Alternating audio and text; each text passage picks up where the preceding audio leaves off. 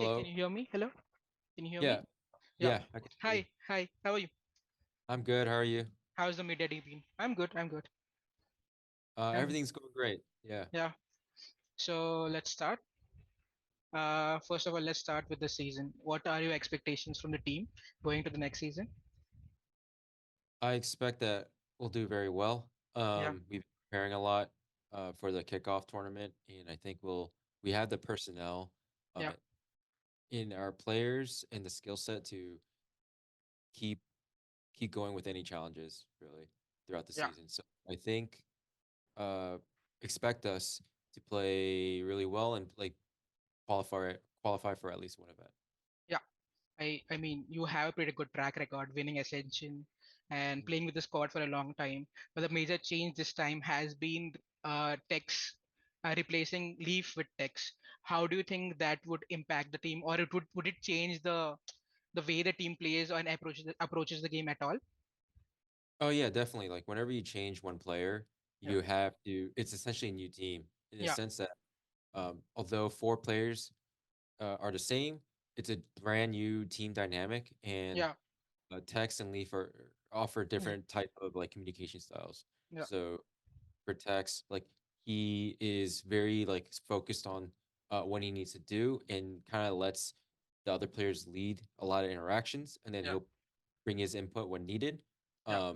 That was good for when we had a team. We have a Yeah. team that's like that talks a lot. Yeah. Now we brought Nate in. He is very much a big communicator.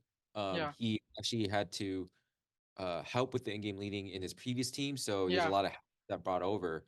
So Yeah. like his previous team, him, Zelsis, and Rooney, and Yeah. actually uh, Zeppa too. Like they were all very active in making decisions in the game. Yeah. So They are also very loud voices in the team. Very strong opinions. exactly, exactly. Yeah. So there's a lot of effort to like balance all that and make sure everyone has their voice, but not overcrowd the communication. Yeah. So that was part of the challenge of at least in the preseason and off-season training with Yeah. us. Yeah, Uh, Now talking about the tournament that's at hand, in like 15 days, you would be facing Crew Esports, and the other team in the group would be EG. What do you think about your grouping? I think it's gonna be a very challenging group. I Yeah. know a lot of people think it's the easier group because Mm. there's only teams and Yeah. one team, EG, just got a bye. Yeah. And they have a different roster, but Yeah. I don't underestimate any team here. They're all very, very good in my eyes, in that they can always uh, pull a really a good win, Yeah. right? And it's also a brand new meta. Yeah. Lots of rosters have changed, Yeah. so like anything can happen, really. But Yeah. so it's really up to like each team to like really prepare and like just really hope for the best, and like I think we'll show that in the kickoff tournament. Yeah, a big part, like you talked about meta change, and big part of since the last official you guys played and now is the number of agents that have changed. Obviously, Sky change won't be played for this tournament, but there are still deadlock changes, there are still KJ changes, there are still map changes, map pool changes. What do you think the meta would be heading into the season? What do you think some agents would be like some agents that would be like the staple, like Sky was in the later half of 2023? Which agents do you think would be staple? For sure, there's gonna be a big drop off in Sky. So any Yeah, comp that relied on Sky as a sole initiator is effectively handicapped, right? yeah, Because the Sky will have much less util throughout the round. yeah, So given that's given that just happened, I will. I feel like teams will start to explore either double initiator comps, or if they run double controller, they're gonna have to sacrifice something yeah, in order to have maybe still a solo initiator, or maybe two initiators with the double controller. yeah, So there's gonna be a lot of different takes on based on the map. yeah, Um, there's also the map changes that just happened. So yeah, again, comps might have to change to accommodate for that. And yeah, then we have the big map pool change with Haven gone. Um, yeah, like I said, I think you'll see a lot of different comps going yeah. into kickoff, and it's just going to be very exciting, I think. Oh, it always you always talk about the change map rule changes, and one map that no one particularly liked was Icebox, and it's back. So what do you think? Like there are changes to the map, but they aren't. I mean, they like mid is the biggest change in the map. What are your thoughts about the map change, and how would you approach it differently? Well, I can't tell you Yeah, yeah, everything yeah, about yeah, my approach, but just based on the map changes, it kind of forces you to think about mid a little bit differently. yeah, Uh, Whether it's an advantage for the defense or attack, yeah, time will tell. I think we have our approach and our yeah, views on that, yeah, but that'll be one part of the playbook that's gonna be explored a little bit more, I think, for some teams, yeah. given that mid and mid to B is a little bit more streamlined. Hmm. It also makes defense feel a little bit happy about like what exact pathings the attack will go through, right? There's Yeah, only one little corridor going yeah, from inner tube to it, B, yeah, right? So yeah. simplifying certain things. Um, but largely like the A side and B side, well, the B side, there's some changes. But more or Yeah, less the same. more or less the same. I think Yeah, the map will generally be played the same way yeah, with a little bit more maybe slightly more emphasis on yeah. mid. Yeah. What do you think about the Lotus changes? Do you think that changes make the map more defense sided? Because we saw a lot of teams being very aggressive on Lotus. Like every Lotus round is getting trying very hard for the trying very hard for the aim in control, using raise nades and getting the control early. And it was the it was like most matches featured Lotus, and most feature Lotus rounds featured both teams contesting A main pretty hard. Do you think that would change, or it would still be the same? I think there might be an uptick on A main fights because there's only remember they removed one orb. Yeah, So teams would prioritize orbs or orb yeah, control. yeah, And there's not only two orbs. So I yeah, expect uptick on C and A main fights. yeah. Uh, but yeah, I agree. It got a little bit more defensive sided. It's Hmm. still a very hard defensive map Yeah, because there's three bomb sites to defend. yeah, But Riot did introduce some more cover yeah. at A side. Right. But a little bit, depending on where the cover or like where the defense plays at C, it could be less cover or more cover depending on where Yeah, you play.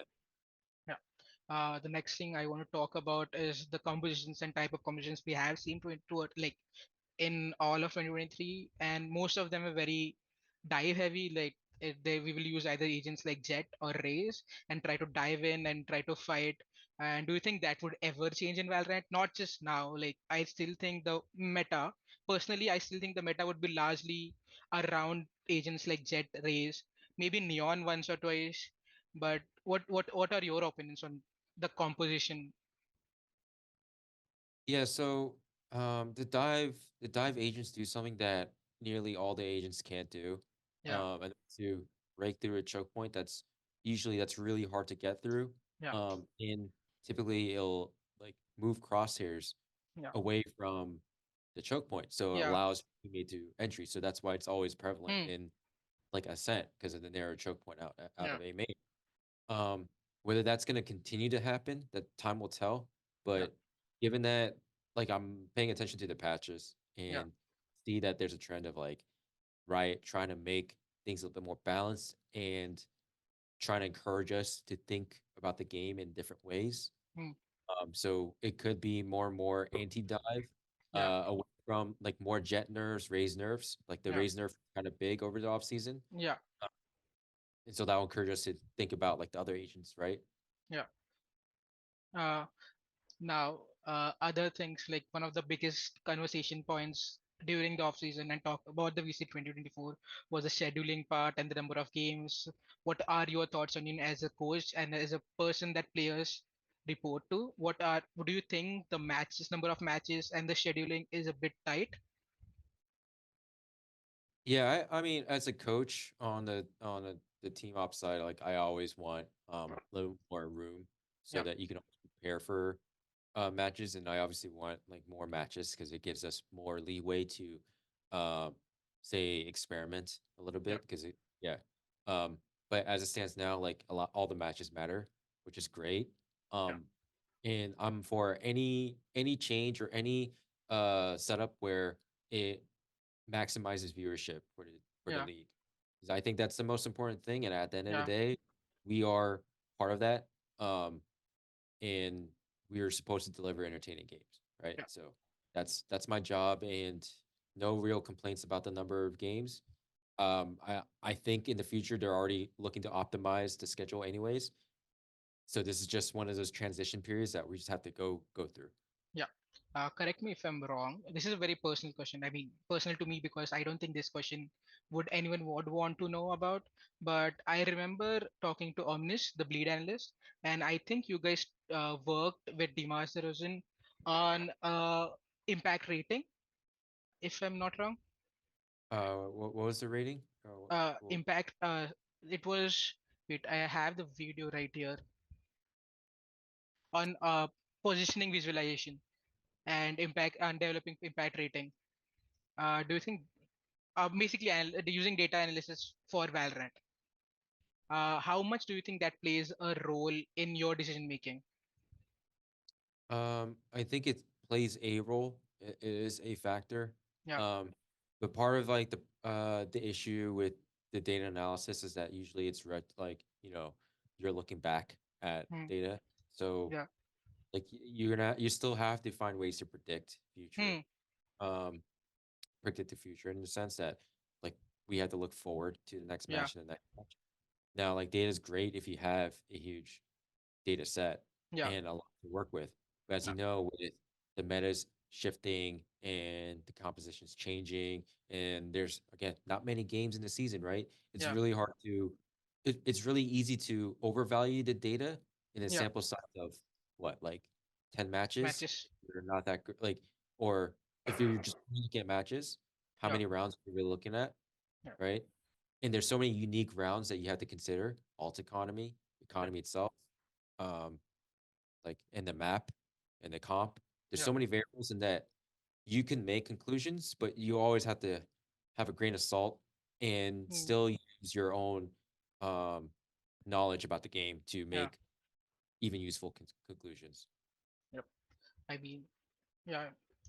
Obviously, I mean, you still have to use arbitrary information and think about what players would do and not just rely on data. What do you think? Like, should we focus more on a data centric approach in the future? I mean, you obviously talked about how data isn't everything. Data doesn't tell you the whole story. It's still a thing about, like, it still tells you about the past and how they performed. But do you think, and most people are now moving toward a data centric approach and rating players using the numbers? Do you think that's a fair assessment for a player? And how much do you think things like personality and communication skills play a role in assessing a player? And like right now, how much they do, and how much do you think they should? So for the first part, I think data should definitely play a role Hmm. because at the end of the day, it also points you in the right direction and it's Yeah. directional. Okay. Yeah. So once you see that the flags are appearing, Yeah. say players underperforming, Yeah. now it's up to the coaching staff Yeah. and the players to figure out why that's Yeah. the case. So it'll show you the signs, but it's not the end all be all. Yeah. And again, don't overvalue it. Don't think that's the whole story. It's up Yeah. to you now. Find out what were the variables that played into the lower performance or even the high performance, Yeah. so that you can replicate it or Yeah. take away those factors that like hurt the player and the team. Yeah. Now, what it doesn't account for is like the soft skills in the team, and Yeah. that's important in making sure the team chemistry and the Yeah. culture is intact. Some players or some, I would say some GMs and coaches may even overlook certain players Yeah. because honestly are a glue to the team. And if that guy's gone, then the team doesn't really function and team play Hmm. doesn't happen. Yeah. Other players like they keep each other accountable, and Yeah. they assist the IGL in making sure his vision gets played out. Yeah. All those kind of players are super important. And you can only really find out until you like interview the player Yeah. and even see them in a team setting just to see what the dynamics are like. Yeah. So I value all of it. I know it's like I can't give you like a certain percentage of like how much weight it has. Hmm. I try to see everything. I try to factor in everything as much as I can to make the best decision possible. Yeah. Lastly, do you have anything special planned for the team in the upcoming season? Would you see any special weird compositions, playing agents, like playing agents which are not meta? I mean, the meta is still a vaguely defined term, but do you have something special like that planned for the future? Um, we have some ideas of like what the Yeah, comp type would be. Well, at least for us, and I'm just yeah, kind of maximizing my team strengths going yeah, into the kickoff. yeah, But I'm I'm always like very open-minded to like consider other options, and I've yeah, considered other composition types, yeah, and we'll just see like which team will execute it the best. And hmm, for sure, like the meta gets established when like there's a winning team, yeah, and usually the team like other teams will start to copy. So yeah. we'll see what happens at, at the kickoff tournament. Lastly, who do you think would be the biggest, like the team that would like set the meta? Which will be the toughest team to face in VCT 2024? First of all, let's talk about Americas, and which team do you think made the best off-season changes and the whole, like in the whole 44 teams? Um, in all 44 teams, it's kind of hard to. Yeah, Yeah, I'll narrow it down to Americas. hmm, I'll try to go region by region from my memory. yeah, Um, I think probably Energy made yeah, biggest moves. They yeah, did find all the most experienced players under yeah, one banner, and maybe the roles aren't like super clear, but they'll make it yeah, work. They're all very good players yeah, with a very experienced coach. Like I expect them to be a top contender, yeah, along with actually Lev. I thought Leviathan. yeah, yeah, Um, I thought they made some big moves yeah, themselves that were risky in that they're making it a English only team, yeah, uh, multi-language, multilingual, multilingual which English, yeah, uh, that's a big risk in that it's gonna be hard to really know if the culture fit will happen. yeah, But it sounds like they have the right direction, and yeah, seems like it's working out. So yeah, I expect these two teams to do really well, and I think they made really good changes. yeah, Uh, for the other regions, like it's my memory escapes me. Like yeah. It's I'm fine. It's fine. Where do you rate G2 then? Where do you think you would end up after maybe when the league starts? Kickoff is still it's still new, and we really don't know what for like with all the changes that are happening, it would be really anyone's game. But when the league would start to be much stable, would you think with would be where do would G2 rate in league? I think I expect us to be top four. Yeah, yeah. Thank Yeah, you I so think much for giving me your time. It was a great pleasure. I always like talking to coaches because you were very insightful. Thank you so much, and hope you have a good day and a great season ahead. yeah. Thank you, Yep, Ganesh. yep, You. Thank you. yep.